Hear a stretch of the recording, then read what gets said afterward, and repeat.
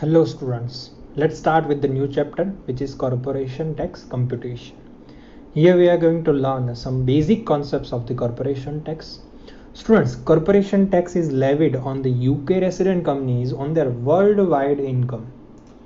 Here we also have to see which companies will be called an UK resident company, students.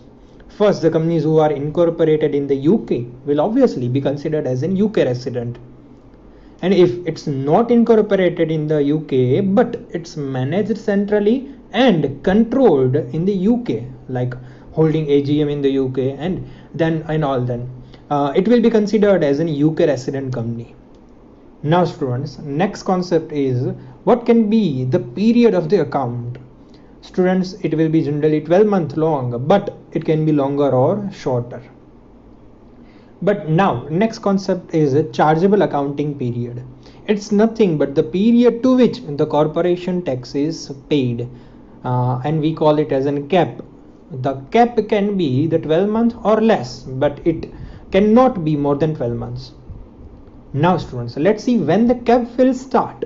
Either if the business has just started, then cap will start when the trade started, or for the continuing company it will be the next day of the previous accounting period end. Then after students, let's see when the cap will end. Students, here it will end earlier of first 12 months after it started. That means if it started on the 1st January, then will end on 31st December or end of the period of accounts. Or if the company is ceasing to be resident in the UK, then immediately cap will end. Or when the company ceases to trade, or when its profit being liable to corporation tax are seized, then obviously cap will end.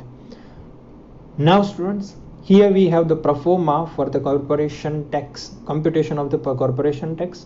So take an overview of the pro forma given here. Now students, please go through the pro forma. The next concept that we have to learn is that what is the QCD, qualifying charitable donation, that is written in the pro forma. Now what's that? It's nothing but the donation made gross by the company and deducted from the main pro forma. It includes the donation to the charity, students, but it does not include the donation deductible as an allowable trading expense, and also it does not include any deduction to the political party.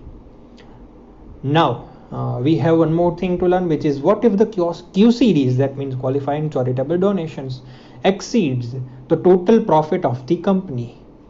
Then in that case students, no relief will given for the excess QCDs, and also it cannot be carried forward or carried back.